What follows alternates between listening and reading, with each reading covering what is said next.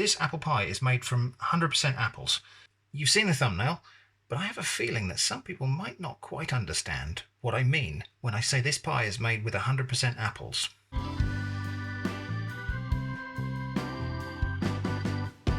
The filling is made from dehydrated apples that have been rehydrated in apple juice and then reduced and then sweetened with reduced apple juice and thickened with more apple. So the filling is 100% apple, no sugar, nothing else added. But of course there's the crust, isn't there? So it's not really 100%. But no, this crust is made from apples. Come with me on a journey to try to make the 100% apple pie. So here's a fun thing. Popped over to see a friend and neighbour the other day. He has loads of apple trees and pear trees. He's kind of fed up with dealing with all of his apples and stuff now. And so he was kind enough to let me pick some apples. So he said, yeah, take as many as you want.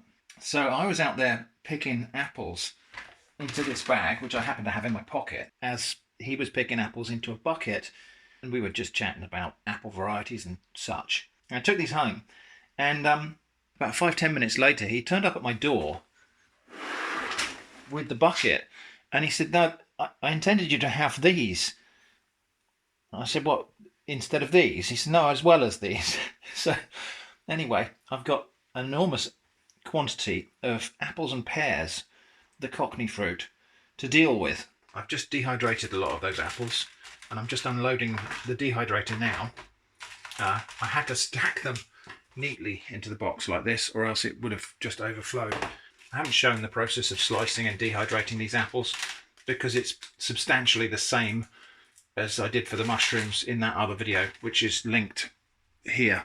Anyway, just unloading all of these apple slices into storage. Now, I am noticing that down at the bottom of the dehydrator here, the apple rings were obviously exposed to a bit more heat. And so these down here are brittle. I want to try something with these while they're still nice and brittle and very dry. So that bottom layer, I'm going to try to run them through a food processor and grind them to powder. I'm going to need a bigger box. But anyway, anything that will snap is going in that box. But I'll check every piece because sometimes the thicker slices haven't dried all that well. That one I'm not even going to put into storage because that is too moist. I'll just eat that now.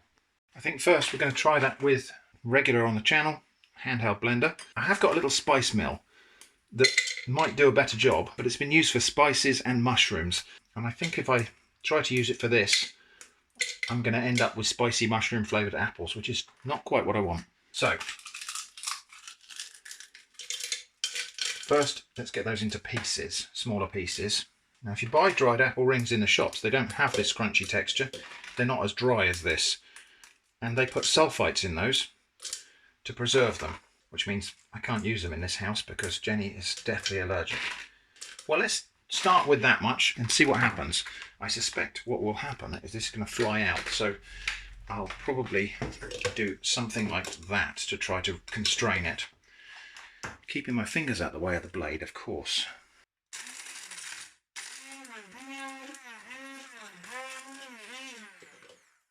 Well, it didn't not work. Now, if I had one of those ninja things where you put the vessel clamped on the top, that would probably work better, but I don't have one of those. Yeah, I think I'm just going to get a piece of cardboard to constrain the top of that because there are bits flying out, but it is working. Okay, actually a bit of thin plastic, but that will do.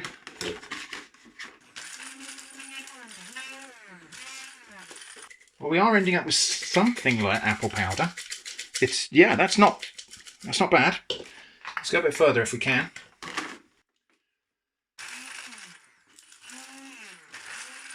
Right, well now I know that's working. The rest of these apples are going to go in there because I think I need as much as I can get here.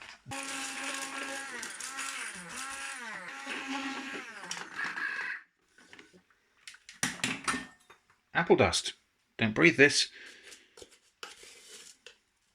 That worked. We've got apple dust. Right, I'm going to go as far as I can because I really want that to be reduced to like a flour-like consistency. And then, very importantly, that is going to go into an airtight container before it absorbs any more moisture and cakes up anymore.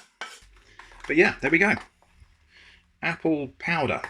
And just in case you're wondering, those are apples. So just as a preliminary experiment, I want to just try taking a bit of this apple dust, which has got a real tendency to cake up because it is just powdered apple with all of the sugar still in there. So we'll see how this behaves if we drip a little bit of water on it. What I want to see is whether we can make a dough.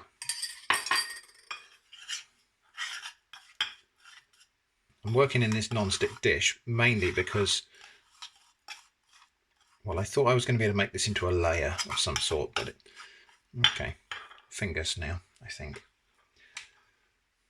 Let's just see if we can knead this into some sort of layer, because the intention here is to make a pie crust.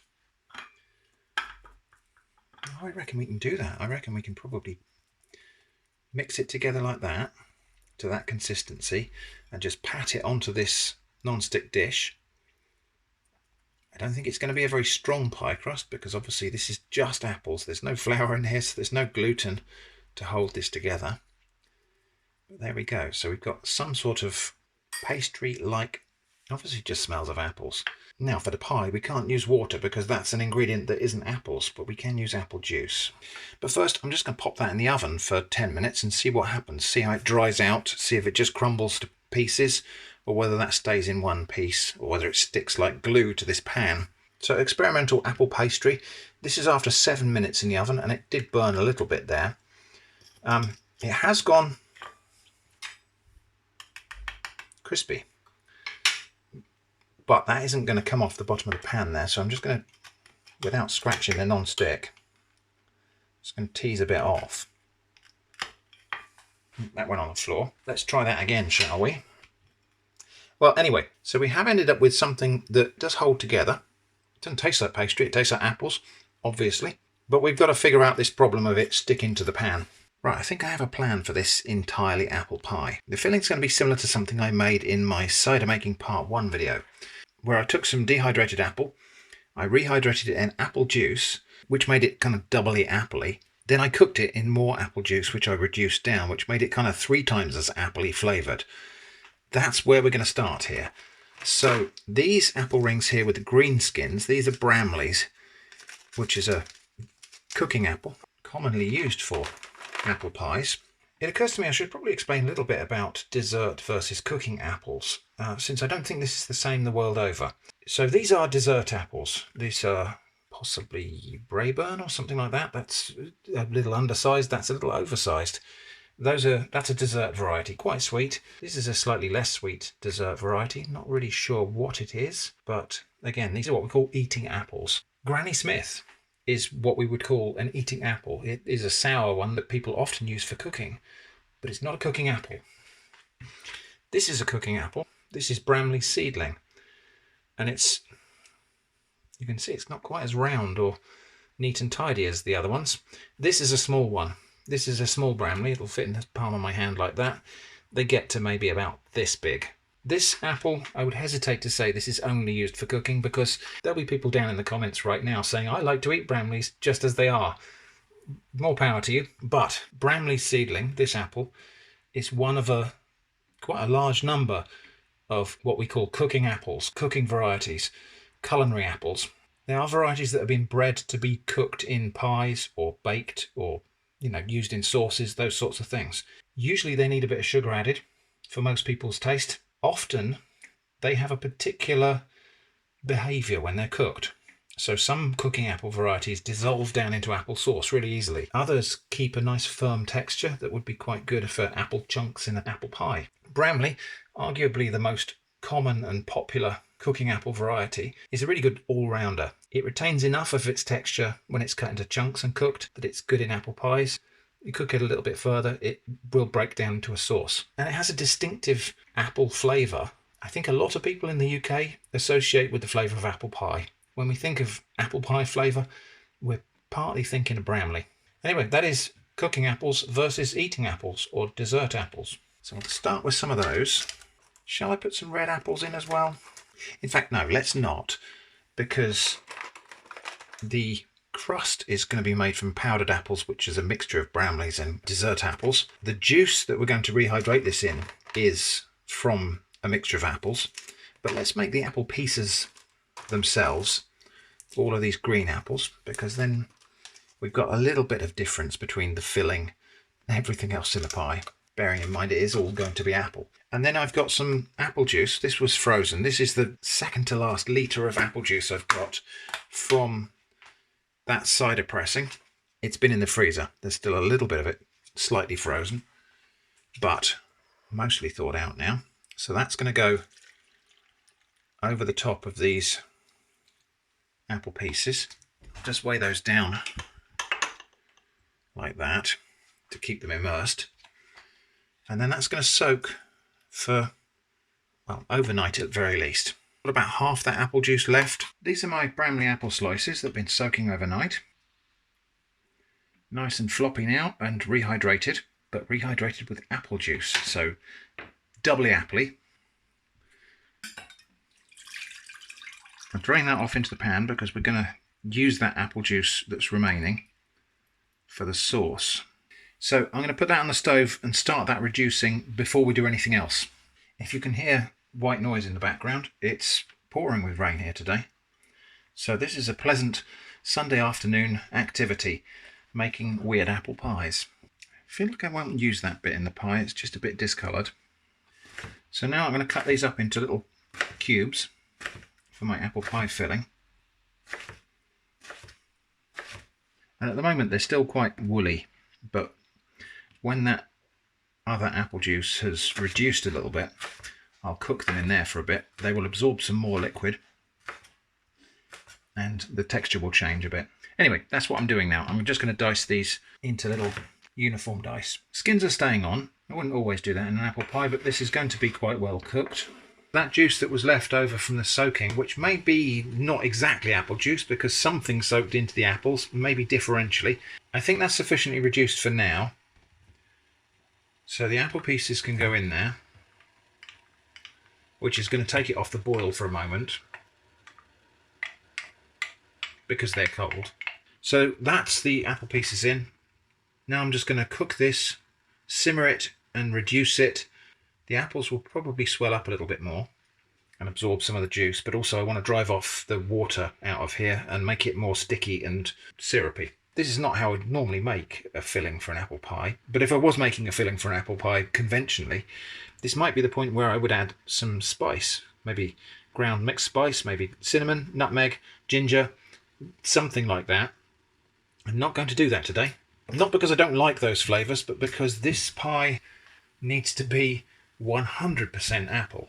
I switched to a slightly larger pan just because, well, when these apple pieces swelled up a little bit, the liquid wasn't evaporating off the top because there was just a layer of apple on top of the liquid. It wasn't reducing at all, it was just boiling underneath.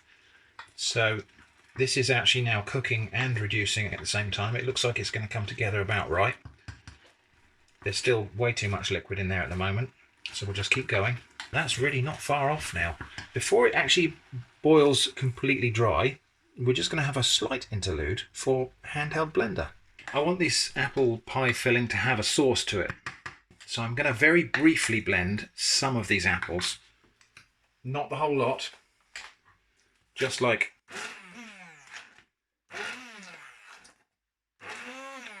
that. 3 little blips. That's a bit more like it. Right, now back to the cooker just to reduce that a bit more. And this will have to be stirred constantly now, or else it will catch and burn. So I think we're getting close. I do need to make my filling a bit thicker than it would normally be in an apple pie because of what the crust is going to be made of. I think we'll stop there because it will carry on drying out a bit as the steam dissipates. Now the tricky part, which I think stands to be the fun part too. So my apple powder. So it did occur to me, I could just get a little dish, put some of this apple pie filling in the bottom of the dish, sprinkle some of this apple powder on top, and call it apple crumble, and done. But anyway, I'm going to attempt to make apple pastry now. When I did this on the dummy run, I used water to hydrate that. Obviously I can't do that now because we are going for 100% apple pie. No other ingredients, not even water. Apples contain water, but apples are not water. So anyway, we're going to hydrate this with apple juice,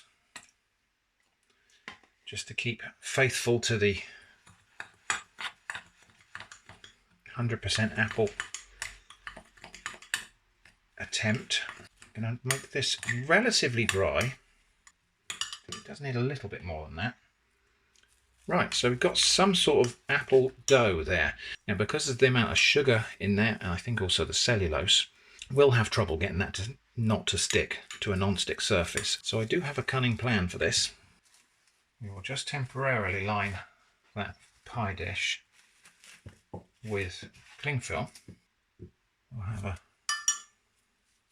Does that look about the right amount of crust in there? Let's assume it is.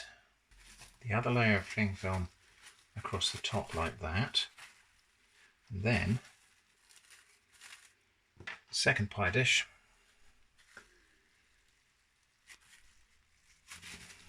And try to force that up the sides and make a pie case like that. Let's see how that's working. Is it working? Well, almost. Actually, maybe what I need to do first is just, yeah, massage it over the tops like that. Yeah, that'll do it.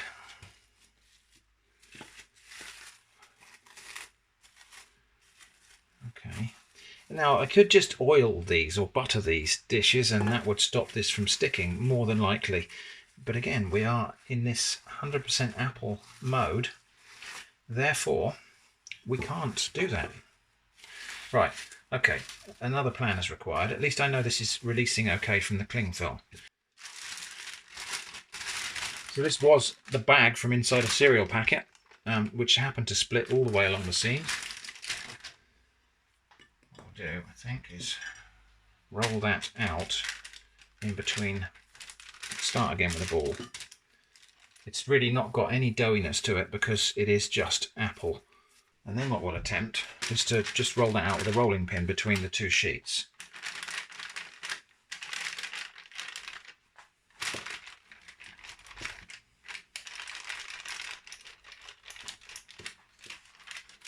Pretty good. I think we're getting somewhere. It looks like it's about the right diameter, maybe a bit more, because it's got to drape down into the pie dish.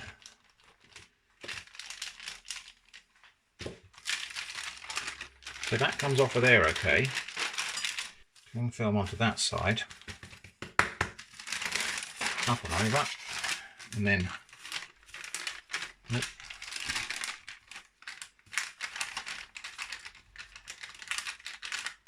come on. That's oh, come on. It's stuck to that side then. Wow. Did I mention this is sticky? All right. I kept finding myself thinking, if only we could flour the work surface. We can't, because obviously flour would be a non-apple ingredient, except if it's apple flour.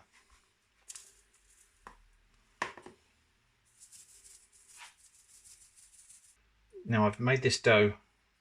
I've added some more dry ingredient to this as well. So this is now a bit drier as well, which may make it more crumbly, or it might make it just firmer. Here goes.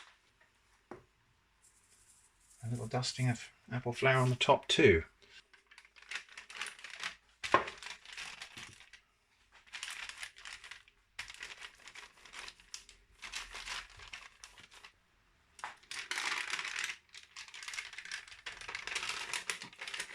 That part appears to have worked. I still don't want to put this directly into this pan because it will just stick. I'm certain of it. However, hopefully now we can ease this crust into place. Well, that went a bit smoother that time. That seems like it's working. Just got to make sure it's all the way down to the bottom so we don't put any stress on it. I'll just flatten off this top here so that we're ready to accept a top crust. I think while I've been fiddling around anyway, I think the filling is actually cooled down. So I'm going to do the same again. I'm going to make some more apple pastry for the top crust. Getting a bit low on apple dust now, but I can always make some more. All right, here we go then. So that's my top crust ready. I'll just offer that up, make sure it's big enough. It's not quite big enough. Just roll it a little bit further that way. Apple filling into my apple bottom crust.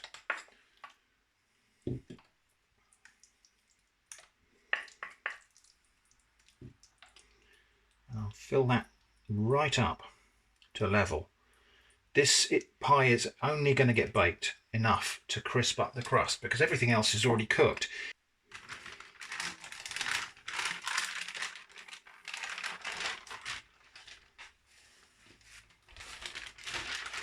Top crust on the top and press it down, and then if I can, I'll get this sheet upper thin. Oh, this is fragile.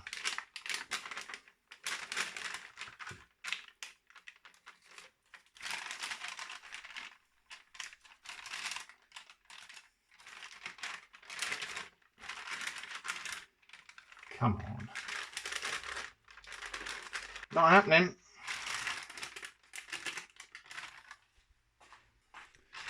Palette knife, perhaps.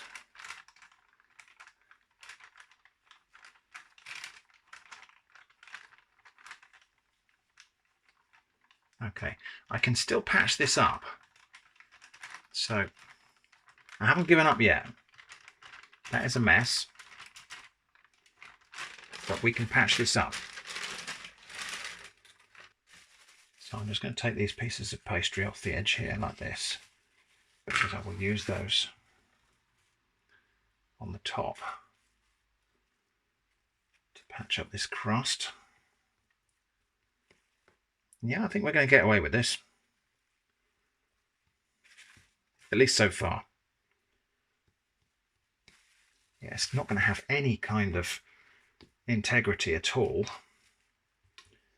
So I think what I may have to do is build it up in layers. So, apple juice, brush that on.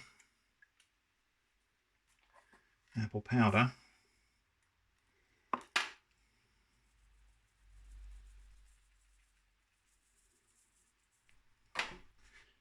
Dust it on. Press it down. Okay, well, it kind of looks a bit like a pie. We're not remotely out of the woods yet, though. However, let's give it a little crimp around the edge if we can.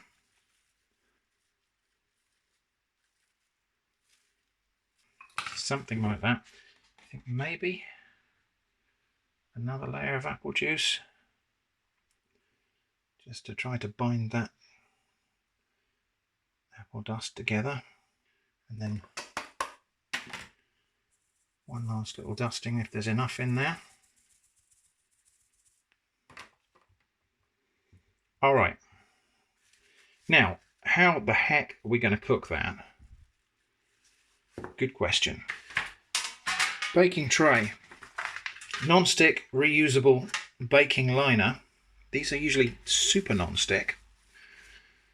I'm making sure I haven't got the cling film tucked under. Invert that onto there. The dish should just come off because that's just held on by the cling film. And I'm going to bake it upside down. I say bake it. I'm going to attempt to bake it upside down.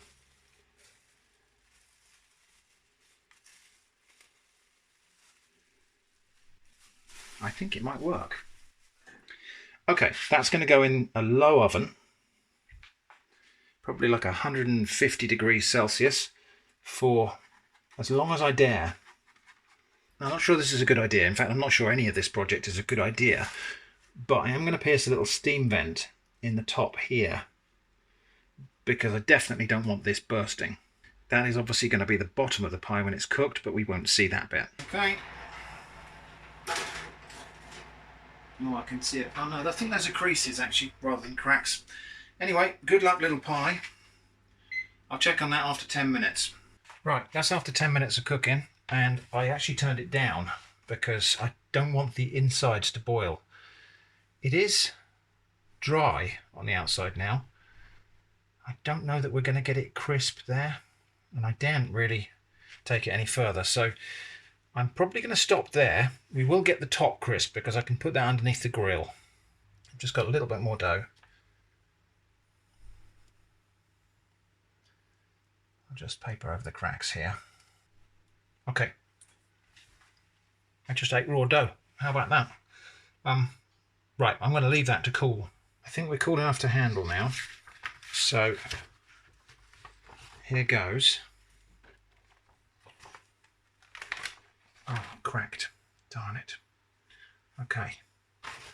That's going to go onto there like that. I think actually this may turn out to be a disaster, but I'm just going to slip it in there now that that bottom is dried up. That will constrain it into pie shape. Only the top is now going to receive further baking. Just going to see if we can actually repair this crack. I think I might glaze the top with apple juice anyway. Although that is all soaking in. Okay.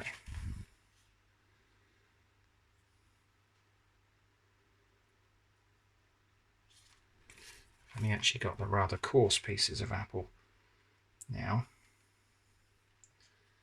Let's just see if we can do a little repair job there. Just smoosh that back together. That might do the job actually.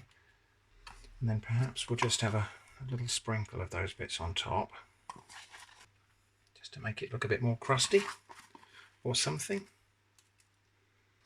That's now going to go under the grill on a low heat, just really to dry that out and try and crisp it up.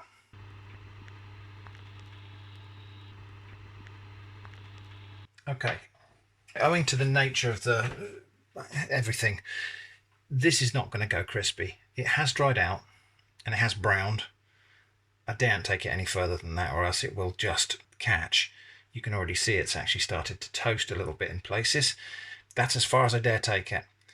Anyway, I'm going to leave that to dry out now, and then we'll give it a taste. The dish is now cool enough. I'm going to try to turn this out.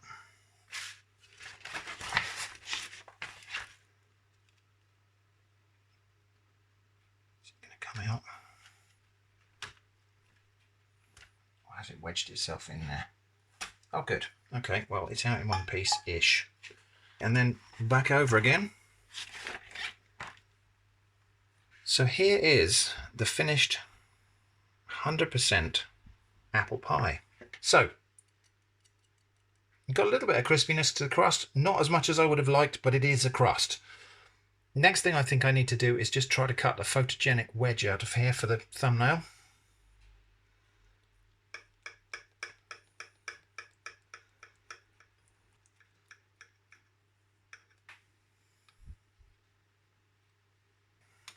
Well, there we go.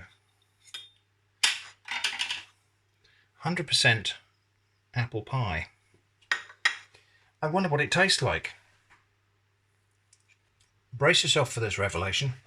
It tastes of apples. What else could it taste of? The experience is pie. There's a crust here, look. A little bit doughy, but that's because of the journey we've been through. You watch the whole process, you know why that happened. The flavour is just intense, complete apple. It's quite remarkable, actually. There is nothing to get in the way of the apple flavour. The apple filling is a little bit on the sharp side because we used the Bramleys rather than the dessert apples. But there's no sugar. There's no added sugar in this. It's just the natural sugars in the apples. There's nothing except apples in here. And yet it tastes sweet enough, and it does taste kind of like a pie. The illusion of pastry is definitely there. This little part was recorded afterwards in case you're wondering why there's a continuity issue with the completeness of the pie. This is not one of my criteria for whether something is a pie or not, but you can pick up a slice of this and eat it with more or less the same handling and properties as you would have with a piece of genuine apple pie with a pastry crust. I think it's a pie. Jenny actually asked to try a little piece of my 100% apple pie and enjoyed it, And Jenny agrees that this is definitely a pie. We are definitely experiencing pie when we eat this, despite its unusual composition. So there we go. That is the 100% apple pie. I don't know if anybody else has ever done that. I didn't research this. It's just an idea I had. I just went off and did it. Is this a world first? I doubt it. But there we go, 100% apple pie. I hope that's been interesting. Thanks for watching, and I hope to see you again soon.